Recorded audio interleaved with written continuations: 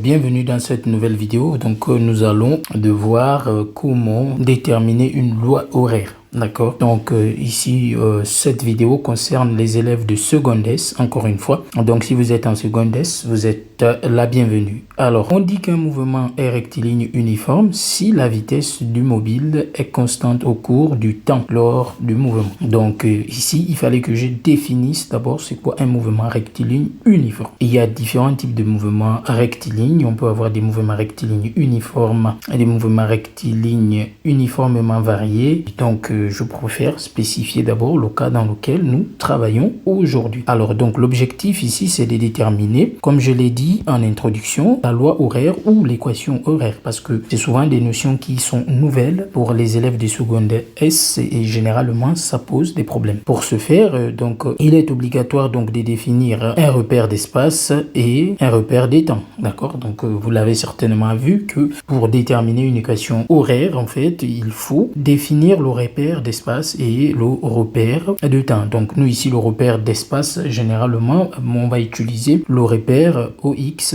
et le repère des temps, on va utiliser les échelles, ça va dépendre, soit on va utiliser en seconde, voilà, ou bien en heure. D'accord. Et pour ce qui est de la position, donc on va utiliser le mètre ou le kilomètre. D'accord. Donc c'est un peu ça. Première méthode pour déterminer l'équation horaire, il faut repérer le départ du mobile M. Donc pour un MRU, donc MRU ici, c'est mouvement rectiligne uniforme. Voilà, c'est ce que ça veut dire. Donc à chaque fois, on va utiliser cette abréviation. Donc on dit ici, pour un mouvement rectiligne uniforme, l'équation horaire est de la forme x dt qui est égal à v facteur de t moins t0, d'accord, plus x0. Donc ici, on précise que t0, c'est la date initiale. Alors, vous savez que là, on parle de date, mais c'est aussi le temps. Donc, le mot date ne doit pas vous influencer. Donc, c'est la date de départ du mobile M. x0, c'est la position initiale ou la position de départ du mobile N. Et v, c'est la vitesse moyenne du mobile. Ah oui, c'est la vitesse moyenne parce que en général, comme la vitesse est constante, donc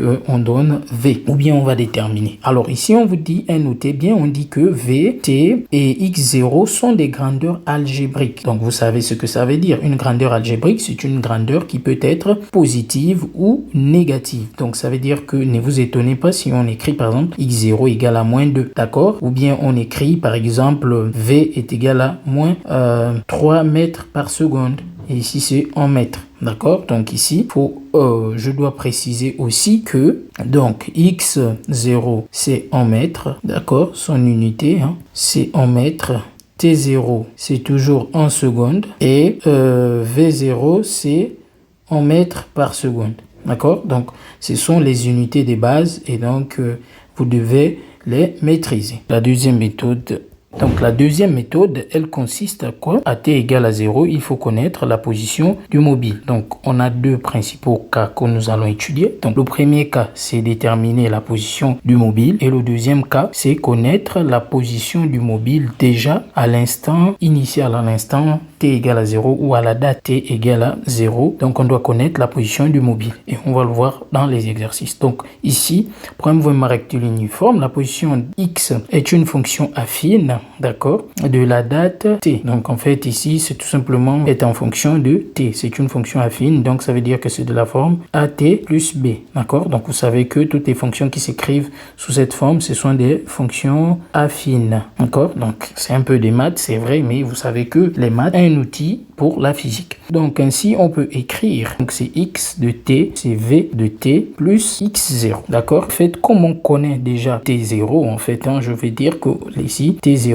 égale à 0, mais c'est pas toujours le cas. T0 est parfois égal à 1 seconde. Donc c'est pour ça que dans la formule générale, la première formule que nous avons vue, nous avons établi que x de t c'était égal à v facteur de t moins t0. D'accord, j'ai oublié de le spécifier, mais ici le T0, c'est pas souvent égal à 0. Or ici, comme T0 égale à 0, c'est pour ça qu'on a directement V fois T plus X0. Donc, faut pas vous tromper avec ces choses. Donc, ce que vous devez retenir là, c'est celle-ci. Donc, si on vous donne T0 égale à 0, vous remplacez par 0, vous obtenez ça. Sinon, si on vous donne T0 par exemple égal à 1 seconde, vous venez remplacer 1 seconde ici. Donc, il faut faire très attention. D'accord? En fait, on doit maintenant déterminer la vitesse. Donc, pour déterminer la vitesse, puisque la vitesse est constante, donc ça reste la même chose. On va pas faire beaucoup de choses pour déterminer la vitesse si ce n'est demander est-ce que le mobile part dans le sens du mouvement. Donc, si le mobile part, par exemple, je vais prendre un axe ici, là c'est 0, c'est X. Donc, si mon point M se déplace dans ce sens, donc là je vais prendre V égale à plus V, d'accord? Et si mon point M se déplace dans l'autre sens, là je vais prendre V égale à moins V. Donc, c'est pour ça qu'on dit ici détermination de la vitesse, pareil à la première méthode. Je ne l'ai pas aussi expliqué expressément parce que je voulais l'expliquer une bonne fois. Donc, on continue. Donc, maintenant, pour déterminer X0, qu'est-ce qu'on fait? Alors, pour déterminer X0, il faut d'abord répondre aux questions suivantes. Où se situe le mobile AT égale à 0? On suppose qu'il se trouve au point A. Donc, ici, on va dire que, par exemple, le mobile se trouve au point A ici. Et donc, on dit maintenant, quelle est la distance D qui sépare ce point au point pris comme origine des espaces? Parce que vous savez que, encore une fois, on doit prendre une origine des espaces. Donc, je peux par exemple dire que mon origine des espaces est ici. Ça, c'est encore une fois l'axe X. Sachez qu'on travaille que sur un axe, d'accord? Donc, je l'ai dit tout à l'heure, on travaille sur l'axe OX.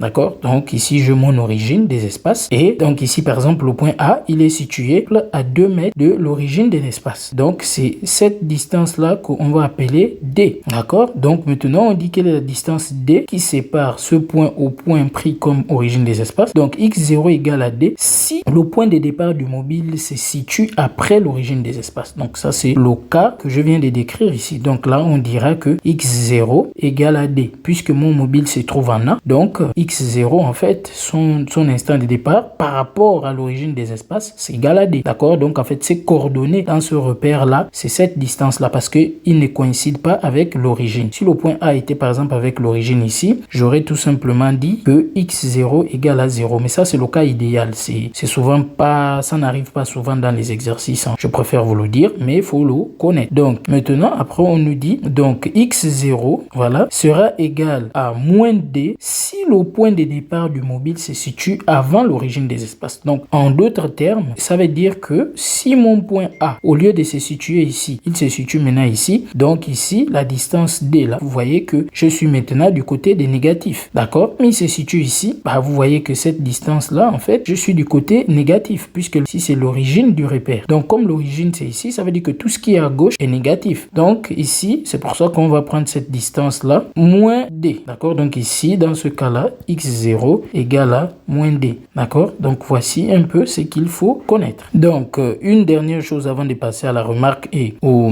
exercices. Donc, ici, je dois préciser aussi la détermination de T0 que nous avons déterminé V. C'est bon? D'accord? Donc, ça, c'est ce que je viens d'expliquer tout à l'heure. Donc, vous pouvez faire pause et vous recopier. Ça aussi, on vient de l'expliquer. C'est bon? Maintenant, c'est pour déterminer T0. Ça, c'est dans le cas où, en fait, on a X de T égale à V facteur de T moins T0. D'accord? Donc ça, c'est dans le cas général.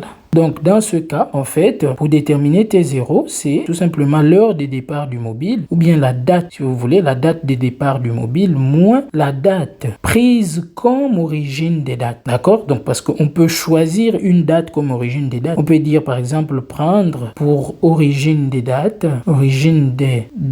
par exemple, T0 égale à 1 seconde. D'accord? Comme je vous ai dit tout à l'heure. Et donc, c'est pour ça qu'en fait, on va, donc pour déterminer T0, on va faire l'heure de départ du mobile moins l'heure prise comme origine de date. D'accord? Donc, une fois qu'on a fait ça, donc on va maintenant passer à la remarque. Alors, donc au niveau de la remarque, qu'est-ce qu'on doit retenir? Donc ici, si on travaille avec deux mobiles M1 et M2 d'équations horaires respectives X1 et X2, donc la date de rencontre, d'accord, ou la date de rattrapage, donc la date des rencontres ici, c'est comme j'ai dit, c'est le croisement, d'accord, et il y a aussi le rattrapage. Donc, c'est-à-dire qu'un mobile M1 va aller, donc un mobile M1 va aller avant un mobile M2 et donc il sera devant. Ici par exemple je peux avoir M2, voilà, donc ils sont comme ça et donc M2 va aller rattraper M1 par exemple à l'abscisse X grand X par exemple, d'accord?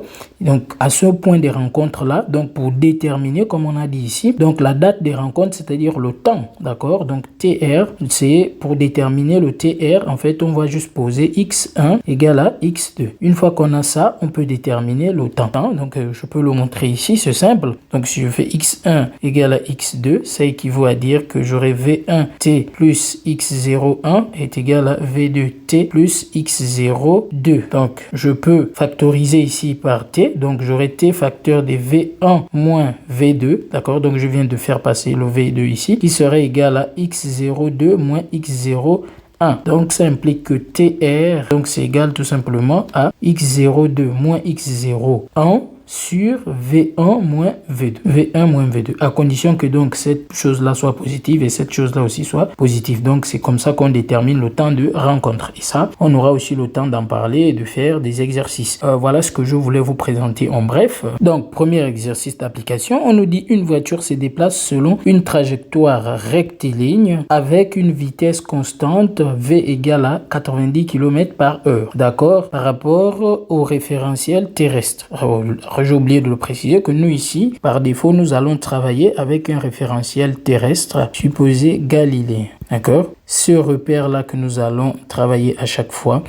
Et comme ça simplifie les études. On ne va pas faire d'autres repères, en tout cas pour l'instant. Parce qu'après, vous allez voir, à chaque fois que vous allez avancer, vous verrez des autres référentiels. Donc, je reviens. Donc ici on nous demande quelle est la nature du mouvement. Trouver l'équation horaire de son mouvement, sachant que l'abscisse à l'instant t égale à 0 est x0 égale à 125. Donc ici on peut voir déjà dans la question que on est dans le cas 2, d'accord? Le cas 2 où on a dit qu'à t égale à 0, on doit connaître la position du mobile, d'accord? Donc faut bien voir les exercices. Donc ici on dit quelle est la nature du mouvement. Donc la nature du mouvement, c'est simple. Pour répondre à cette question, il suffit de dire que le mobile a un mouvement rectiligne uniforme car sa vitesse est constante. C'est tout. On l'a vu tout à l'heure à la définition. Donc voici la première réponse. Donc ça c'est nature du mouvement. D'accord? Donc maintenant équation horaire. Donc comment établir l'équation horaire? C'est simple, on applique la formule que nous avons vue tout à l'heure. On sait que c'est donné par la formule x dt égale à v facteur de t moins t0. Je vous conseille d'utiliser souvent ce cas-là plus x0. D'accord? Ça, c'est d'abord la forme générale. Maintenant, on regarde parmi les données. Donc, normalement, ça, c'est T0 qui est égal à 0 secondes. Donc, ça implique que x de t devient V fois t plus x0. Et x0, on nous a dit, x0, c'est égal à 125 mètres. Donc, comme x0 égale à 125 mètres, en fait, on va supposer que notre mobile se déplace comme ça et il est ici, au point A, par exemple. Et ici, c'est 125. Et donc, il va se déplacer dans ce sens. D'accord? Donc, pour établir donc l'équation finale, on va tout simplement dire que x de t sera égal donc à...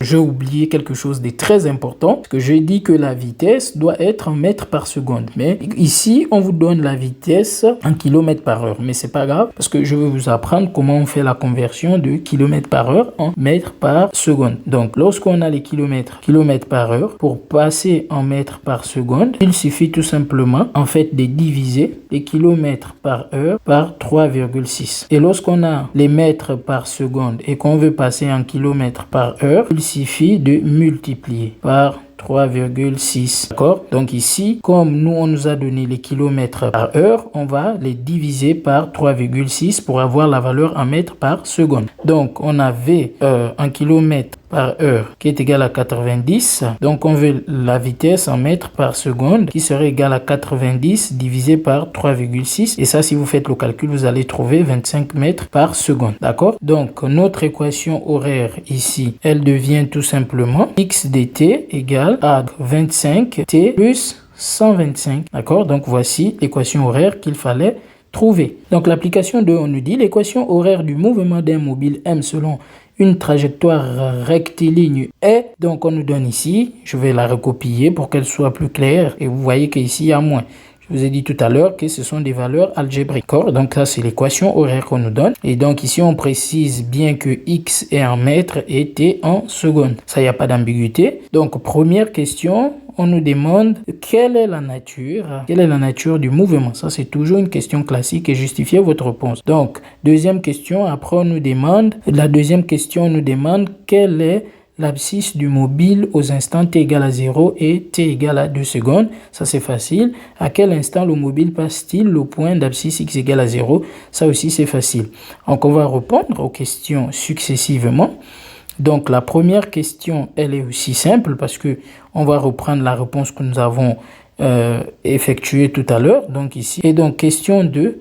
On nous dit maintenant quelle est l'abscisse du mobile aux instants t égale à 0 et t égale à 2. Nous avons déjà l'équation horaire qui nous est donnée. Donc, on a x de t, cette équation horaire-là qui est déjà là. Donc, on va tout simplement remplacer x par 0. D'accord? Donc, dans cette équation, vous remplacez, ça va faire 3 fois 0 moins 4,5. Donc, ça implique que x de t égale à 0, c'est égal à moins 4,5. D'accord? Donc ça c'est bon. Maintenant, x de t égale à 2. On remplace encore dans la même équation. Donc c'est 3 fois 2 moins 4,5. Donc ça nous fait 6 moins 4,5. Ça nous fait 1,5. Donc ça implique que x de t égale à 0, égale à 2.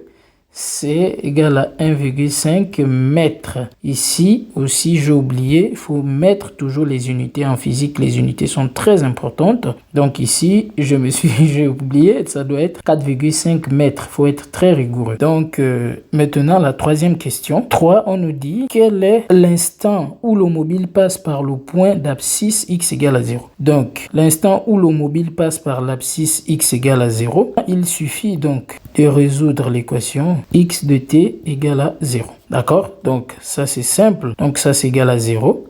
Donc, ça équivaut à dire que 3t moins 4,5 égale à 0. Et donc, t égale à 4,5 sur 3. Et ça, c'est 1,5. Donc, ici, on va dire quoi? Donc, si vous voulez, vous faites une phrase. Que le mobile passe par l'abscisse où l'élongation x égale à 0 ou à l'instant t égale à 1,5 secondes. Voilà, il faut toujours préciser l'unité. Donc, c'est terminé. Je vous dis à très bientôt.